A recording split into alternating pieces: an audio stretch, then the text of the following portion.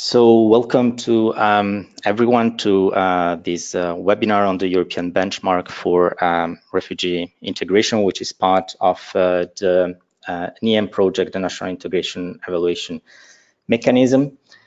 So this is a transnational online activity that we organized. It will last indicatively 1 hour for all attendees here present.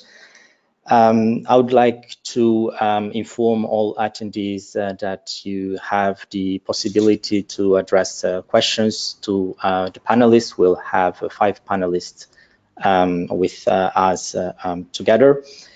You can address these questions throughout the webinar. You have a specific tool under questions that is specifically dedicated to this. And we'll try to respond to as many questions as possible in the last part of this program. We'll have indicatively 15 minutes to do so. Nevertheless, because of also the limit of the timing that we have for this webinar, all presentations and the same recording of the webinar will be made available to all attendees. It will be uploaded on the NIEM project on forintegration.eu. Now, to get straight away into the content of the webinar, I would like to give now the floor to my colleagues, Alexander and Carmine. So, Alexander, Carmine, the floor is yours. Thank you. Thank you, Aldo, and welcome to everyone attending. The reason for this webinar today is, as Aldo said, the launch of the first European comparative report of the National Integration Evaluation Mechanism, which basically is a tool, a system to assess and further develop and improve refugee integration policies in Europe. What we plan today for the next hour is that I will first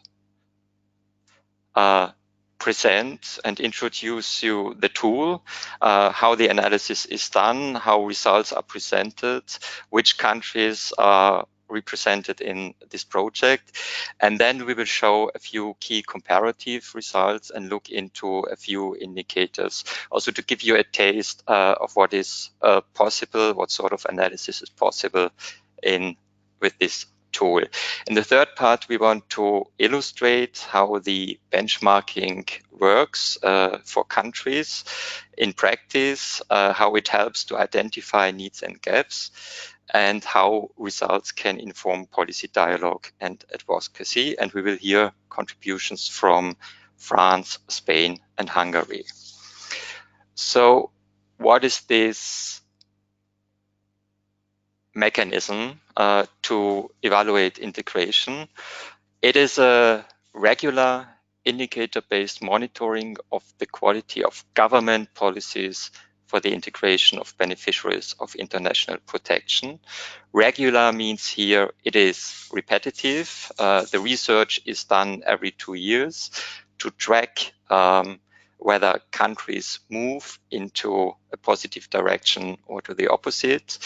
Indicator-based means there is a constant set of benchmarks along which we measure. This is the monitoring. Quality of government policy means that we assess countries and what central governments are doing. We are not looking into the efforts of local or regional authorities or civil society actors. We acknowledge this in our report, but this is not what we measure here. Overall, we have 173 indicators, and it is really designed as a tool, a practical tool for policymakers to identify gaps and needs and to use it as a roadmap towards comprehensive and improved policies. As we will see later on, results feed into a policy dialogue and national advocacy process that is also part of the NIEM project. And this is an ongoing effort. The goal of this project that is funded through AMIF is that we establish an indicator system, conduct a first baseline research in 14 countries with research partners that mostly are civil society organizations. And then there are 2 evaluation rounds until 2021 to measure progress. The assessment is very comprehensive. It covers all dimensions relevant for integration. Important areas like housing, employment, health, social security with regard to socio-economic integration, education, of course, language learning and participation with regard to social cultural integration. And then we have a very strong focus on legal integration, residency, family reunification, and citizenship, which is really crucial for persons under international protection. What is very important is that indicators are directly derived from European and international legal and policy standards. So there is a normative framework here. And in the report, we have shown in every chapter and every dimension where these benchmarks come from. Because it's often not really understood or not well understood that hard binding EU law, in particular the Qualification Directive, directly has implications for integration, and also the Geneva Convention is about integration. Now, the way results are presented and depicted, how we analyze the data is a very practical and straightforward one. We translate the different types of indicators that we use into the steps that policymakers must take to implement a comprehensive integration policy. So there is this step, setting the legal framework. We ask, are the laws and the rules in place to implement integration principles? The step, building the policy framework, are policy, services, measures in place? The step, implementation and collaboration, is asking whether governments have invested in the cooperation structures to implement all these laws and policies in partnership with other government authorities, with local regional levels, with civil society at large, and of course the beneficiaries themselves. This is very much about participation, integration as a two-way process, and also mainstreaming of integration across policy fields. Then the step, reliable data and evaluation. What about numbers? What about statistics? Are these data available in every area to be able to plan ahead and develop and evaluate policies? The step, providing financial and human resources. What about budgets? What about numbers of people working on integration? And then the step, achieving integration outcomes. Do you actually make a difference with all your policies and laws in the life of people under protection? Are there tangible integration outcomes that can be measured? So these are, if you want, the building blocks of a comprehensive integration policy, and they really correspond to the different types of indicators and questions we use in our research. Now, this is where we stand in the research. The comparative report of the baseline research was just launched and published. You can download it from the project homepage. The analysis was done currently for recognized refugees and beneficiaries of subsidiary protection, the 2 most important protection groups. Here you can see the 14 countries that participate in the evaluation mechanism. It is a good sample of EU member states. It includes different types of countries, typical destination countries of recent flows, countries in the south of Europe, in Central Europe. You can see the colors we used already indicate certain regions. Now, what we have done in this baseline research was a comparative analysis for the first 3 steps on the legal framework, the policy framework, and concerning implementation and collaboration. The other steps cannot yet be assessed comparatively because in many countries we have so big data gaps that it is not possible yet. But our ambition for the next evaluation rounds is to fill these data gaps and really develop in the course of this project an all-out integration index based on a complete set of indicators. A brief word about methodology. We have 173 indicators. These are selected not to completely map everything and all policies, but as being, well, indicative for a development, for the quality of a policy. We assign scores on a scale from 0 to 100, from policy options that are least favorable to most favorable. And then we create averages of country results within dimensions. Just to give an example, here from the employment dimension, an indicator on the recognition of prior qualification.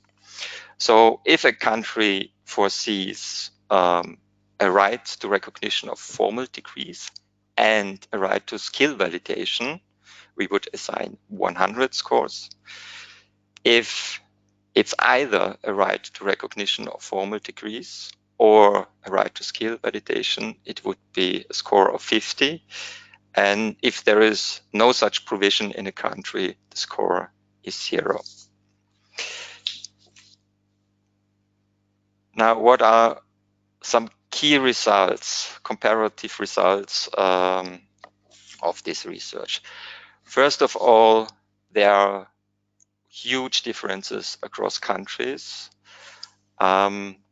Here you can see the scores of Sweden, which is the best scoring country. On the left, the steps setting the legal framework, in the middle, the policy framework indicators, and on the right, implementation and coordination, everything related to governance, partnership, policy making. And you can also see differentiation between the results for recognized refugees and beneficiaries of subsidiary protection. So this is Sweden. Now, if you compare this to the results for Greece, we see these huge differences. And that is really what this mechanism can do. If we apply this fine-grained indicator system, it's really like an X-ray picture of the quality of integration policies in different countries. And even before assessing the steps on statistics and outcomes, we already now can say that this is the main result here when comparing countries. And that's also the main lesson from the baseline. We have discussions in Europe about responsibility sharing. We have discussions about Dublin reform, relocation, secondary movements. But all these policy debates are largely blind to this reality of huge discrepancies in different countries. So there is no level playing field for integration of refugees in Europe, and people really find different perspectives in different countries. But my colleague Carmine will take it from here with further results. Thank you, Alex. I will now present some key comparative results of our research. So as you can see in this slide, countries do best in setting the legal framework and do worst regarding collaboration and implementation. As you can see, countries obtain a score of 66.8 with regard to legal framework, and 49.9 with regard to the policy framework, and 29 with regard to collaboration and implementation. So this is the average scores of the 14 member states. These results illustrates a widespread lack of positive support and rather a passive attitude to refugee integration in the member states. So for instance, symptomatic of this passive approach are the disappointing results on efforts to raise awareness. For instance, only in Netherlands, in Italy and Sweden, all in this country, the authorities have to provide information about the specific needs and entitlements of beneficiaries of international protection, and have to inform their staff about the rights of beneficiaries.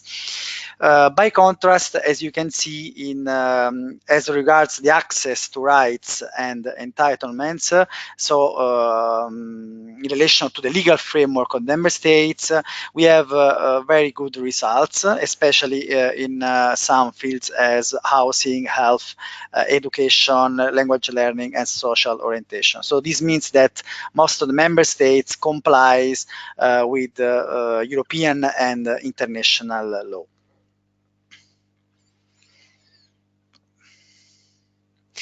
Now I will show you some findings regarding the main fields for long-term integration.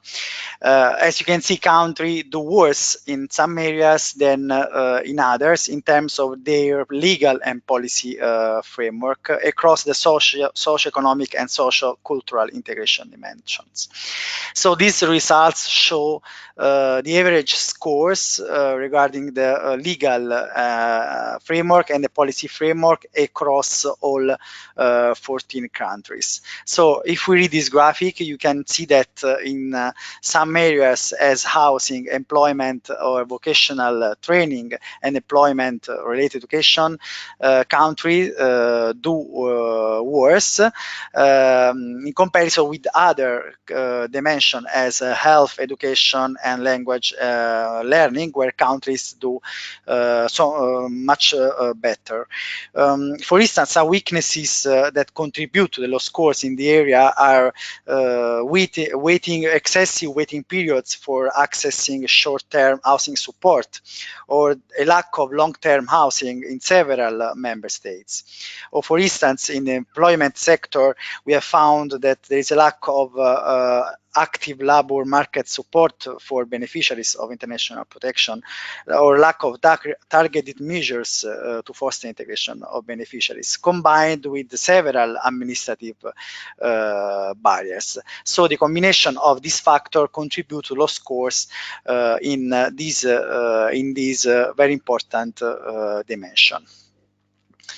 I will now briefly show some results concerning the legal framework, especially in the area of familyification, that is one of the main legal channels for beneficiaries to reunite with their family. As you can see here, the results are less spread out across country, and there is a better alignment among countries on family reunification. So two main findings we can assess here. For instance, that Romania and Portugal enshrine the most inclusive provision, because they are, as you can see on the right side of this graphic, so obtain a very high score. For instance, in Romania and Portugal provide the best economic, residency, housing, and health insurance requirement for family reunification, and there is no time limit to apply for family reunification in this country since the moment of the recognition of the status for both categories. So this is why they got such a high scores. By contrast, you can see, for instance, in Sweden, Hungary, and Greece, they obtained very low scores, especially because they apply differential treatment between refugees and beneficiaries of subsidiary protection. For instance, in Hungary and Sweden, they require the same housing requirement for beneficiaries of subsidiary protection as for other third country national.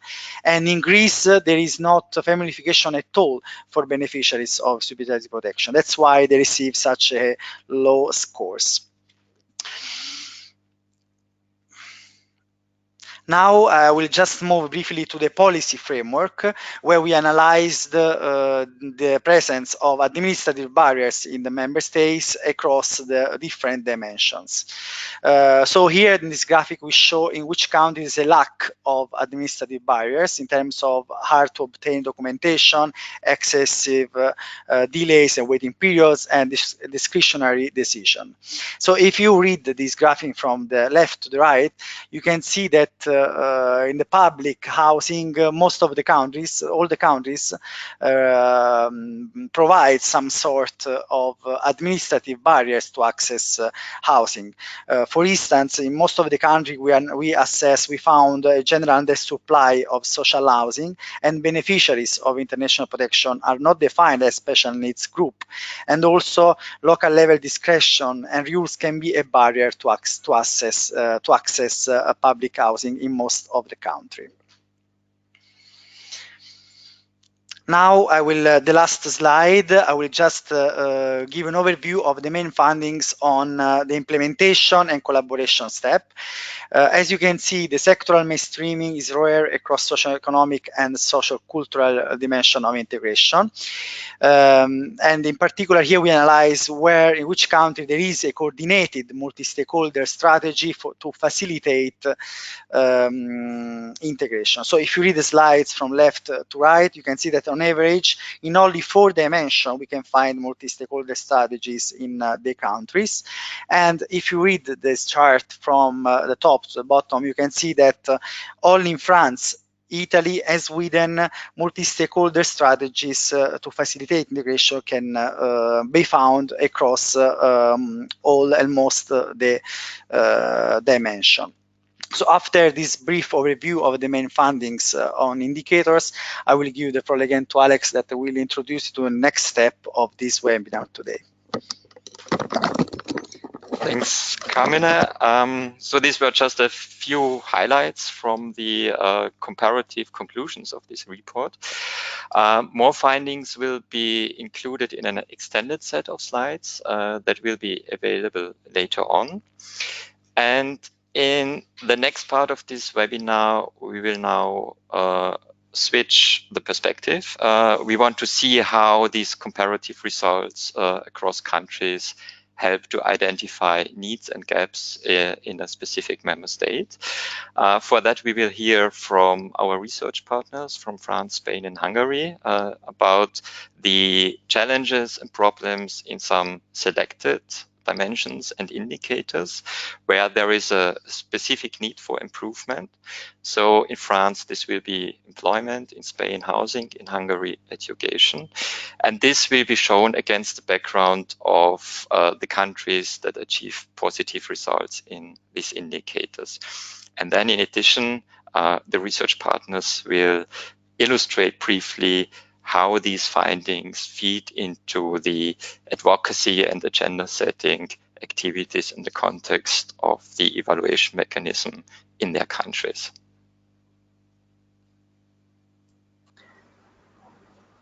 Thank you very much, Alexander and Carmine, for this. I'll just take the occasion to remind all attendees that you can of course, send any questions to any of the panelists today. Throughout the webinar, you have a specific tool and a specific section dedicated to this under questions. So as Alexander said, we will move now to France. We have there Alexia Duvernois and Hélène Soupiot. David, I can see already your presentation on and you on the webcam. So I leave the floor to you now. Hi, I'm Hélène Soupiot-David. I'm head of European Affairs and Research at France Terre d'Asile. Just as a brief introduction before Alexia, who is the researcher for NIEM, will present our results on employment. France Terre d'Asile is a lead organization running reception centers and doing counseling for both asylum seekers, refugees, and accompanied children. So we do both publication research and also work on the ground. Just also as a little caveat before the presentation, these results are based on research done mostly in 2017, and the situation in France has changed quite significantly, especially in the last year, with a lot of things that are still under development that we cannot yet assess. So Alexia will also mention a bit some of these changes, but it will be quite important for France also to look at the next evaluation to see whether all these changes have brought actual progress. So I just wanted to make this little note before we start, but I give the floor to Alexia now. Thank you. So as Alexander was saying, we choose to focus on the employment dimension, which is the dimension where France obtained the lowest results compared to the other countries. So you can see on the left side of the slide the comparative chart, and we can clearly see that France is the country with the less favorable legal framework regarding access to employment, right after Latvia and Greece. France has also the less favorable policy framework together with Greece, but we can see that we are doing a little bit better when it comes to the implementation and collaboration part. So in what I'm saying, I will only focus on France, but you can see also where France places itself compared to the other countries with the charts that will be on each slide on the right side. So the first indicator is access to employment. I forgot to say that we selected 5 employment indicators to explain, according to us, the reasons for such a negative score. And so the first one is access to employment. We can see that, as I was saying before, the legal framework regarding access to employment in France is quite restrictive towards beneficiaries of international protection. Many professions are restricted to citizens with French and nationalities. So the French Observatory for Inequalities in France reported that 5 million jobs were closed to non-EU foreign nationals in 2017. So that's more or less the equivalent of 20% of the employment opportunities in France. So many of these restrictions concern the public sector and in particular the core administration of the state. Only jobs related, some jobs, however, are open in the core administration of the state to beneficiaries of international protection, but only as contracted employees and not as civil servants. In fact, the only 2 professions that are open to beneficiaries of international protection in the public sector are hospital doctors and university professors. Significant restrictions can also be found in the private sector, where about 1 million jobs are closed to foreign nationals. Many professions, in fact, require the nationality criteria, for instance, to be a tobacconist or a French diploma, and that's mainly the case for legal or medical professions. And many professions are also regulated, which means that they required an authorization from a professional order in order to be able to practice. So access to employment is also restricted in France due to the lack of recognition of qualification by employers. In France, the procedure of recognition of formal degrees obtained abroad doesn't have a legal framework, and there is no principle of legal equivalence between the diplomas obtained abroad and those delivered by the Ministry of Education. In France, the body responsible for certifying foreign diplomas is the NIEM from the European network, but it can only issue a certificate of comparability attesting the validity of the diplomas, or a certificate attesting the duration of studies undertaken abroad if there is no equivalence with a diploma in France. But since those certifications don't have any legal value, it's up to the employers whether to accept it or not. And in practice, few employers recognize those certifications. France also obtained low scores when it comes to job-seeking counseling. We can explain that by the fact that in France, beneficiaries of international protection fall into common law, and as such, they benefit from the same job-seeking counseling as nationals, and there is no targeted counseling available. Only refugees who have the chance to be in temporary accommodation center once they have obtained the status can benefit from a specialized counseling, but there are very few places available across the country. There were more or less 7,000 at the beginning of the year. The other ones who are not in temporary accommodation center can benefit from, can rely on the counseling offered as part of the Republican Integration Contract, which is the mandatory integration program that every newcomers have to follow in France. But this counseling program only consists in a simple referral to mainstreaming job-seeking services, so there is no real specific counseling for them. Here, I would like to precise, however, that there were some positive developments since 2017, because as Hélène was saying before, there was the adoption of a national strategy for the integration of refugees in June 2018. And there was also the entry into force of a law on asylum and immigration, which entered into force last March. And now one of the most significant development is that since the 1st March, the OFI, which is the French Office for Immigration and Integration, which is the public authority overseeing the implementation of the integration program, will now organize a follow-up meeting 3 months after completion of all trainings of the signatory to assess the professional situation of the signatory. And if they are still facing some particular difficulties to access employment, they will be referred once again to mainstreaming job-seeking services. So that's quite a positive development. Access to employment can also be hampered by administrative barriers and discretionary practices. We have found during our research that employers can be suspicious of the temporary documents that we call the récépissé.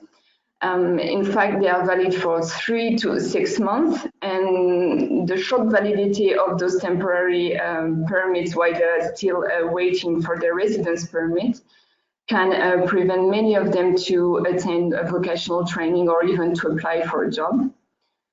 Before the entry into force of the law on asylum and immigration that I mentioned before, the short validity of the residence permit of beneficiary of subsidiary protection was also an issue because it was only valid for 1 year. So now there's also a positive development because since the 1st March of this year, beneficiaries of subsidiary protection are entitled to a multi-annual residence permit valid for 4 years. So we really hope that it will enable greater stability for them in terms of employment. Regarding partnership on employment with expert NGOs, the French government doesn't provide continuous means to NGOs within an established web framework to help refugees find an employment. The French government only supports ad hoc projects, often carried out by NGOs and co-financed by EU funds. But since they are ad hoc projects, they often remain very restrictive in terms of the number of beneficiaries that are reached.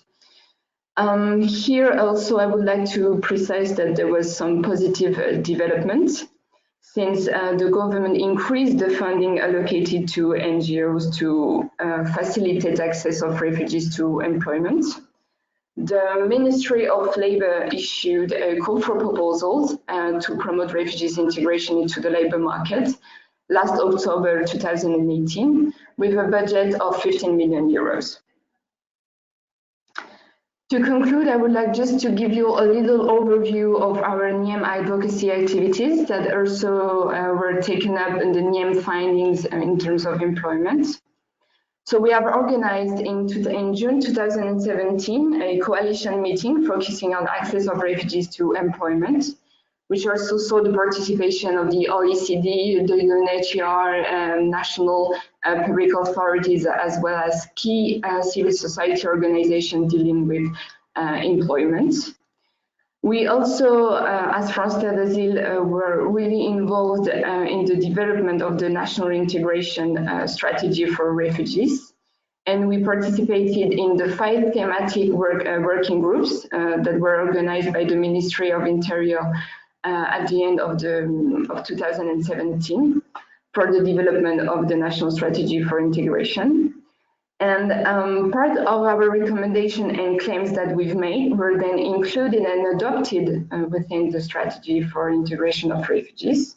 For instance, we were advocating for the development of initiatives, ad hoc initiatives for beneficiaries of international protection who are less than 25, because they are more vulnerable compared to the other, since in France they are excluded from minimum social benefits. We also advocated for the strengthening of initiatives that promote, that combine access to housing, language learning courses, but also vocational training on occupations that are facing particular shortages, such as the HOPE program, which is significant in France. And of course, we did many advocacy activities prior to the adoption of the law on asylum and immigration. We published a press release prior to the adoption of the law, which recommended to open language courses to asylum seekers and also authorize them to work 6 months after the asylum application was lodged. And this last provision was then adopted and included within the law, and it entered into force on the 1st March of this year. We eventually published also the NIEM national report in April 2019, which is available in French and in English. And it contains also further recommendation to promote access of refugees to employment. So we can say as a conclusion that tangible progress were made to facilitate the access of refugees to employment. But since those measures entered, most of those measures entered into force in March of this year, it's still too soon to assess whether it will really impact and really facilitate access of refugees to employment. Thank you very much, and do not hesitate to ask questions at the end of the presentation. Thank you. Thank you very much, Alexia and Hélène. They're from France. We'd like to move now to a different perspective, the Spanish perspective. So I would like Francesco to take the floor and share the findings with us. Francesco, the floor is yours. Okay.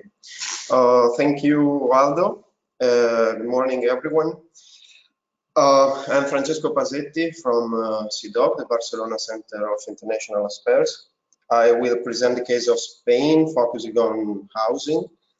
I will keep my presentation as brief as possible, because I think we are running out of time, and it will be important also to have questions at the end of this webinar. So, moving to the content, I think that the results indicators regarding the housing dimension are very interesting, because somehow they reflect the whole scenario of the Spanish situation, as you can see on the left side of this first slide. That means that the Spanish national integration system has a pretty open legal framework for integrating beneficiaries of international protection and refugees. Despite being old, indeed the framework treat in the same way not only refugees and people benefiting other forms of international protection, but also asylum seeker as well.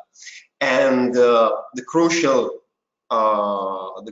finding to be emphasized is that the huge gap that we have between the legal framework and then the policy framework and the implementation framework, as you can see on the score of Spain in this different step, which at the same time reflect the situation also in other countries.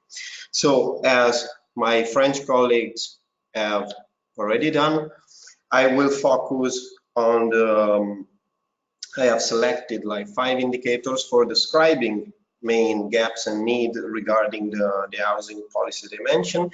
The first one is the access to housing for refugees and beneficiaries of international protection, which are living in a specific vulnerable situation, differently from other countries, as for instance, France as well, which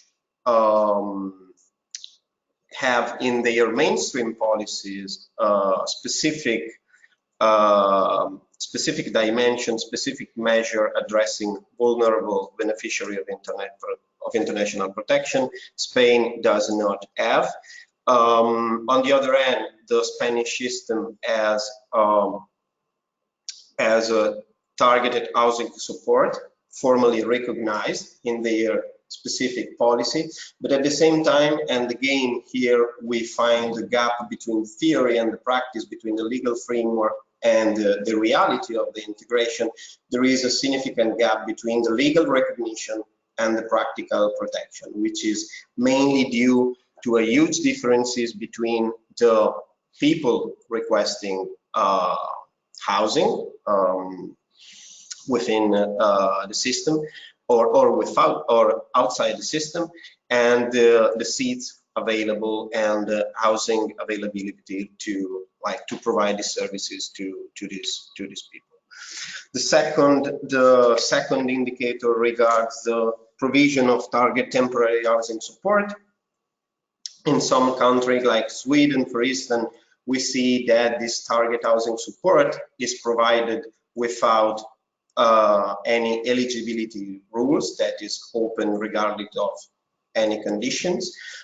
In Spain, the situation is different because only people that lack economic means can have access to target temporary housing support, but this is a more general problem that regards the whole Spanish integration system. That means that beneficiaries of international protection, that refugees with sufficient economic means, are excluded de facto from the system. So it's somehow all or nothing system. The kind of provision that is given as regard temporary housing distinguish between normal beneficiary of international protection, which are covered for a period of 18 months, and vulnerable beneficiary of international protection, which are covered for a period of 24 months. Then if we move to see the condition of the system, we see that in the very early phase of reception, there is a huge lack of housing services. Things get a little bit better during the reception phase, but still there are important deficiencies as regard scarcity, due to the scarcity and the precarious condition where this beneficiary of international protection has to live in. And then the most critical phase is in the passage between the first phase and the integration phase, because beneficiary of international protection, which in practice are asylum seeker in the Spanish case, due to the procedures delay, have to enter into the rental market. And so here the lack of social housing, gentrification dynamic make de facto unaffordable for the majority of them to have a sufficient housing support. And this brings me to the third indicator, which has to do with which captures the provision of long-term housing support in Spain, as for many other countries. As we can see, only Sweden, Portugal, Poland, the Netherlands, and Italy provide long-term housing support. Spain does not provide this kind of support, and this relates to like a much bigger problem, a structural problem of the housing market in Spain, where there is a huge mismatch between the demand and the supply. So in Spain, we can have like a lot of empty flats, but at the same time, an increasing homelessness. And with about 2% of the public housing in rental markets, it's difficult for the state to like manage this market and provide sufficient services in this term to beneficiaries of international protection. This like critical situation is even made worse by gentrification dynamics, which characterize the most important cities as Barcelona and Madrid, which have also the most important stocks of asylum seeker, refugees, and beneficiary of subsidiary protection. As regard the fourth indicator, now we can see that Spain comparatively scores better than other countries. Here we find that we don't have serious obstacle posed by hard to obtain documentation, nor by discretionary decision during the administrative process. But yes, it's an important administrative barriers is due to the excessive waiting periods that asylum seekers have to face during this process. And the last indicator, sorry.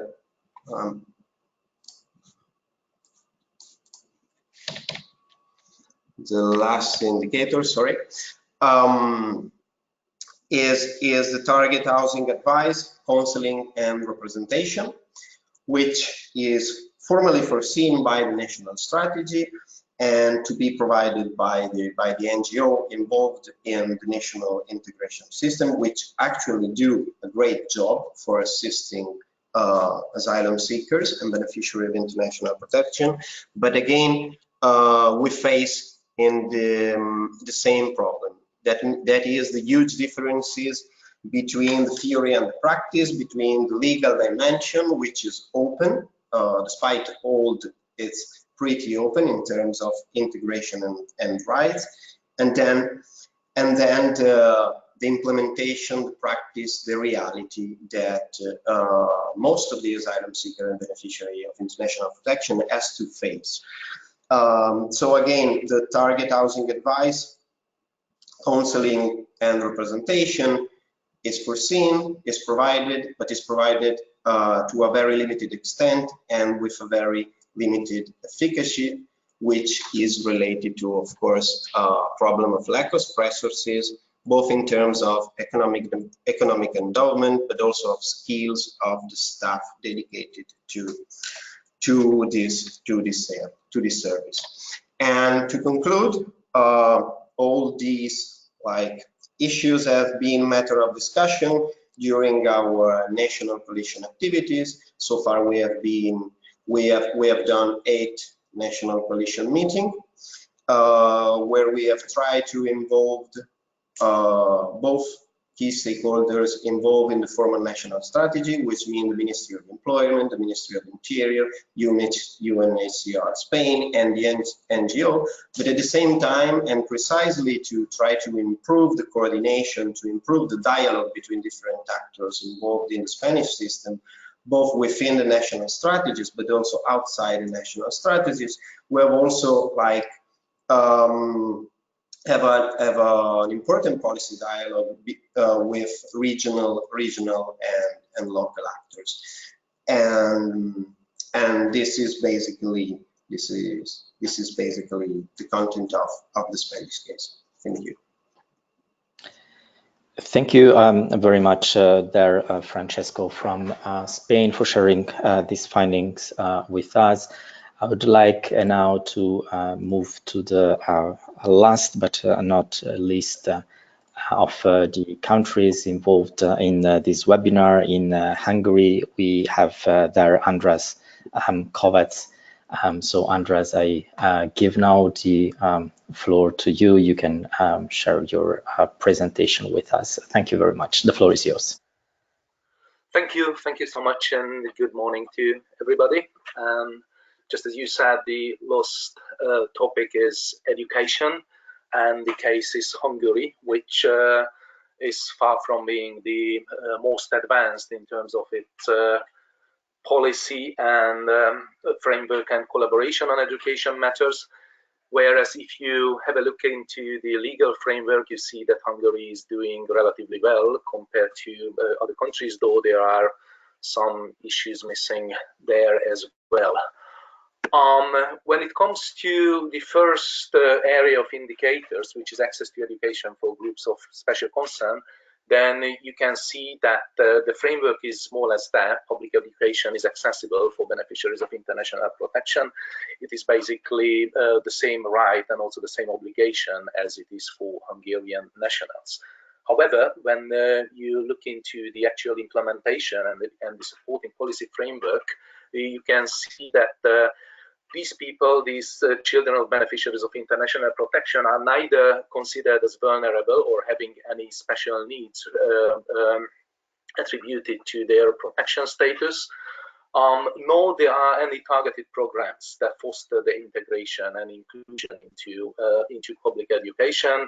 So sometimes it makes it very difficult to realize the otherwise existing general rights.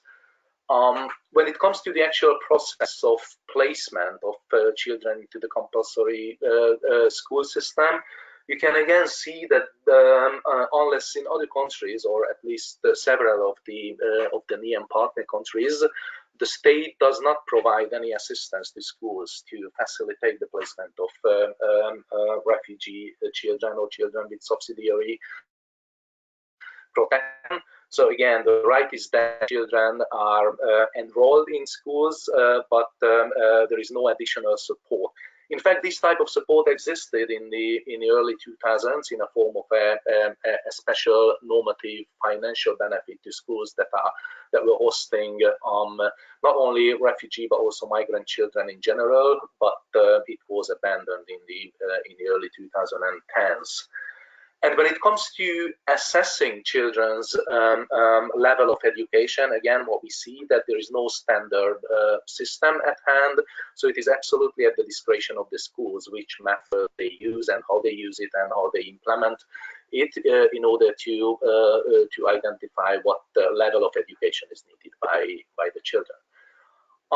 When it comes to additional supports, such as orientation or language programs or targeted educational measures, again, what we see that there are no central programs available. However, at least in this part, schools are more proactive, and you can see that either initiated by schools or with cooperation between schools and NGOs or other service providers, you can find language support available for children, and sometimes also cultural orientation or other orientation regarding the school's curricula or additional extracurricular classes for children.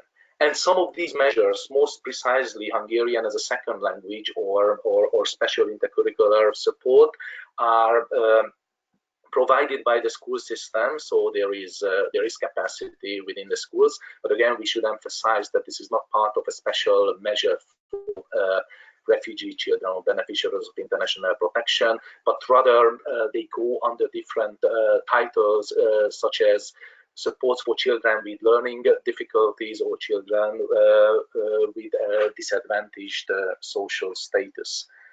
When it comes to the duration and intensity of these programs, what we see that these vary across schools. So again, there is no standard universal measure. It is really up to the particular place and the particular school where the children end up.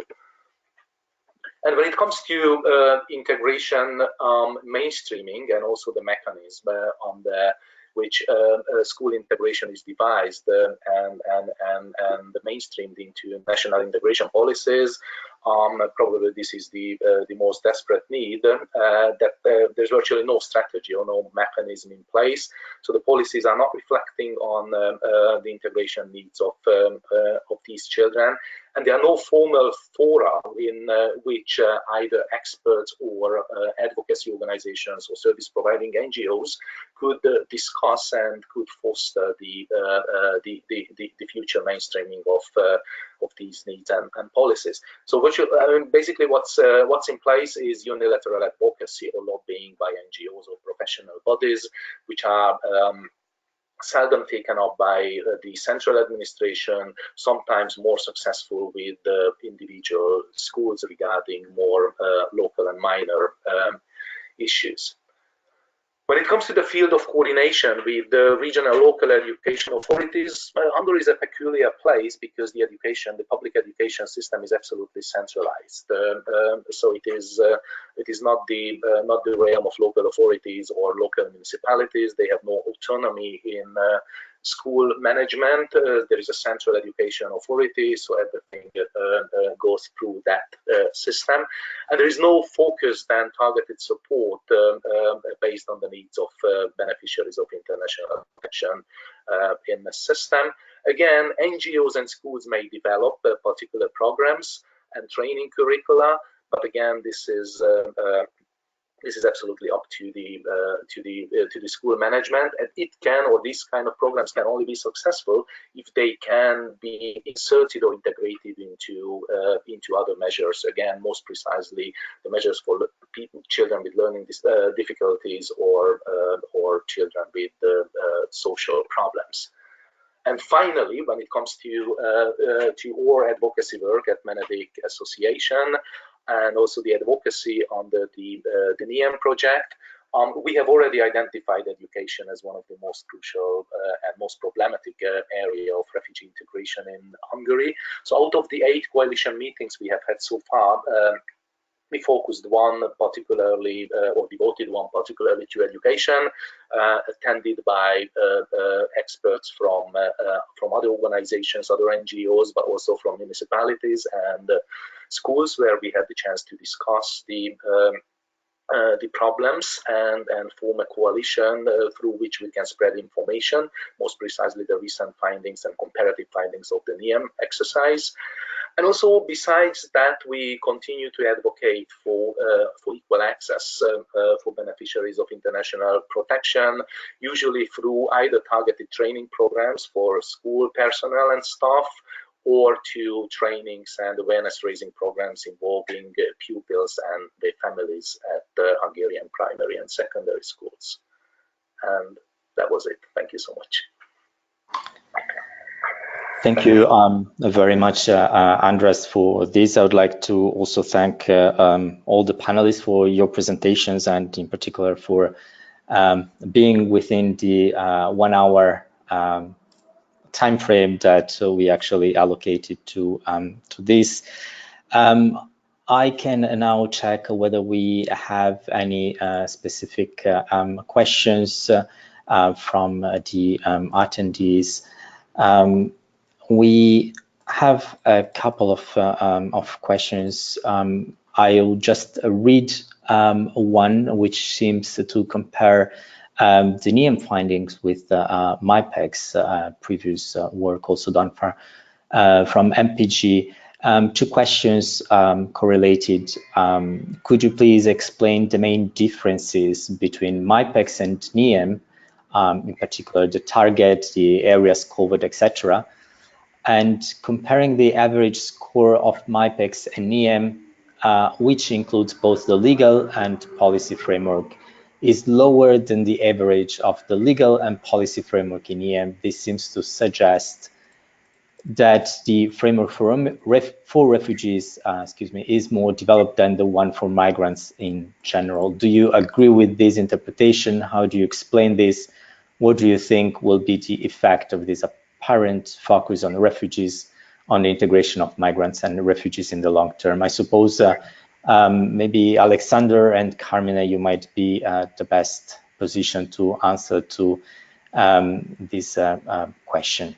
Yeah, thanks. That's a very good question. I think it simply shows that NIEM is an instrument really focused on measuring refugee integration if compared to other instruments like MyPEX that measure integration for third country nationals. It should be so. We would expect to have different scores in these different instruments. And I mean, a good example why this is so is maybe the Czech Republic. Here you have a refugee integration policy and legal framework that is quite separate from the general provisions on integration for third country nationals. And if you look specifically for the results for the Czech Republic, you will see that very often they are scoring pretty high. And then looking into MyPEX results, you will see a very different picture here. And that, of course, is also because we start from the fact that beneficiaries of international protection have specific integration needs. So vulnerability plays a role, the circumstances of their flight, traumatization. So we do have a set of indicators in each dimension that are really focused on this specific situation of refugees. And that is the reason why the two instruments deliver different results here. And then, of course, yeah, it is true that the legal indicators produce, on average, better results than under MyPEX. But that is also related to the fact that the European legal framework, the EU legal framework, for refugee integration, as I mentioned, is much stronger than for integration in general. Maybe Carmine can add here a little bit. Yes, for instance, I mean, I agree with this finding, this conclusion interpretation of our finding, because as you said, I mean, European law provides a stronger framework, stronger standards for refugees and than for third country nationals, for migrants in general. So, for instance, I showed you before some results in relation to family unification.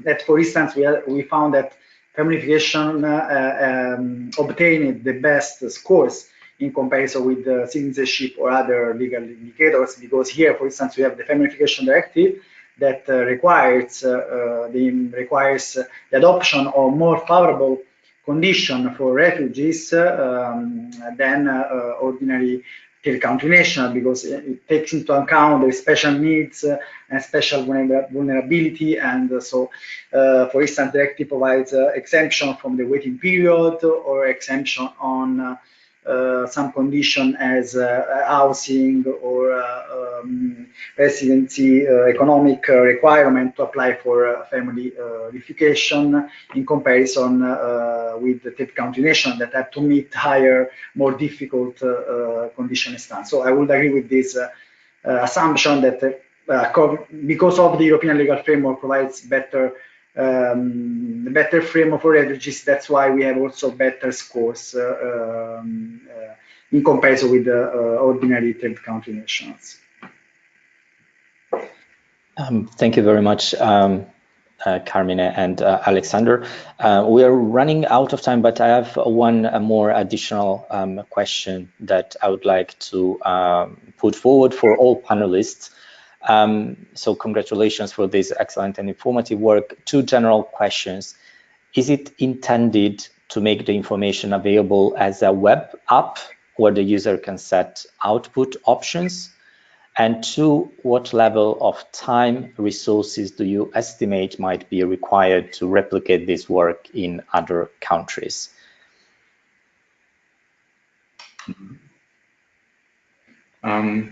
Maybe I can start with the second question. I mean, it is a set and tested set of indicators now. We have implemented it in 14 countries. In the next evaluation round, Bulgaria actually will join this analysis. It is ready to be applied everywhere, and of course, our goal, our long-term goal, would be to continue this comparisons and research and really build an overall index that would cover the entire EU. We've got these 14 countries now that are a good average sample of what is happening across the EU.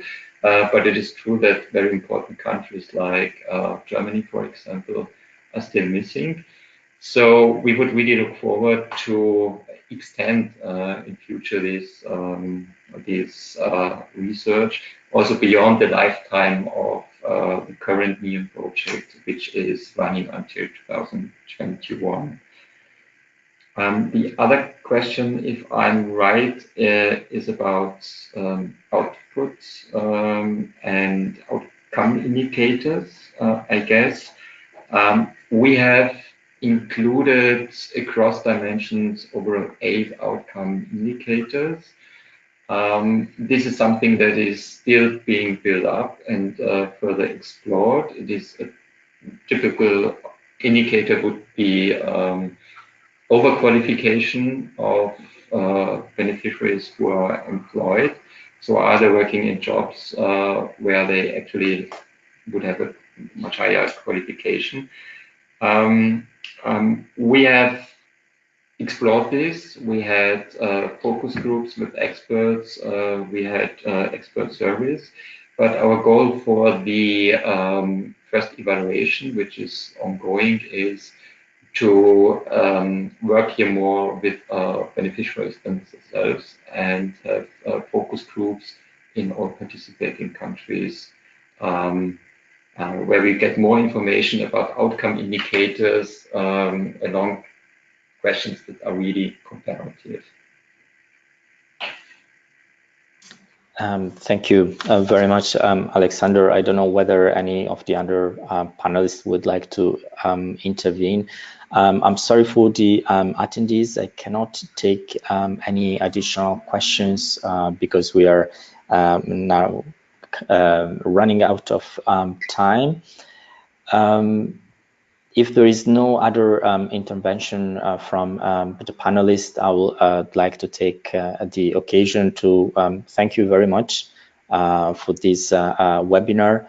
And I will remind you once again that if you'd like to know more about this presentation, this webinar, as well as other outputs and actions of the project, you can find this information directly on the website, so for integration.eu.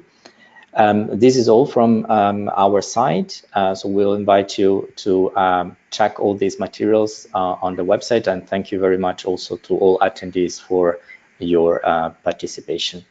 Thank you and have a nice day.